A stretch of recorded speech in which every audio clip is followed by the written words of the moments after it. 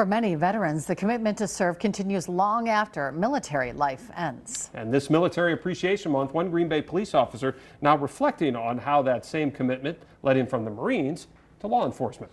New at 5 tonight, Samantha Cavalli showing us how he found a new mission right here at home.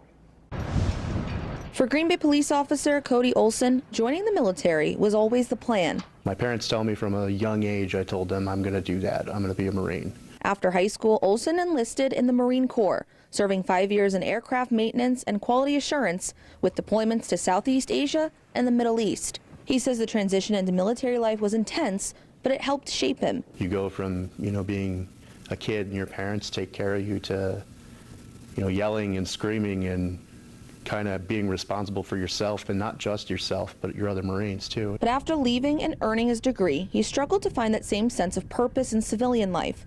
That path led him to the Green Bay Police Department, where dozens of veterans are employed. The similarities are really come in with that camaraderie, that sense of brotherhood, the sense of, serving not just the community, but the people that I work alongside every day. A 2015 report by the U.S. Department of Labor found veterans are highly represented in first responder roles, making up 25% of police officers, 19% of firefighters, and 10% of EMTs and paramedics. Now nearly 8 years at the department, Olson says the job has given him a new way to serve others.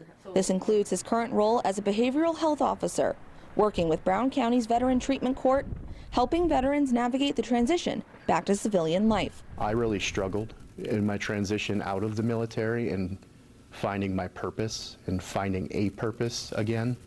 And it took a lot of self-reflection for me to realize that the piece for me that I was missing was, serving something with a greater purpose than just myself. A Marine, a police officer, and now someone helping other veterans find their footing. Olson says service is still what drives him every day. In Green Bay, Samantha Cavalli, Action 2 News.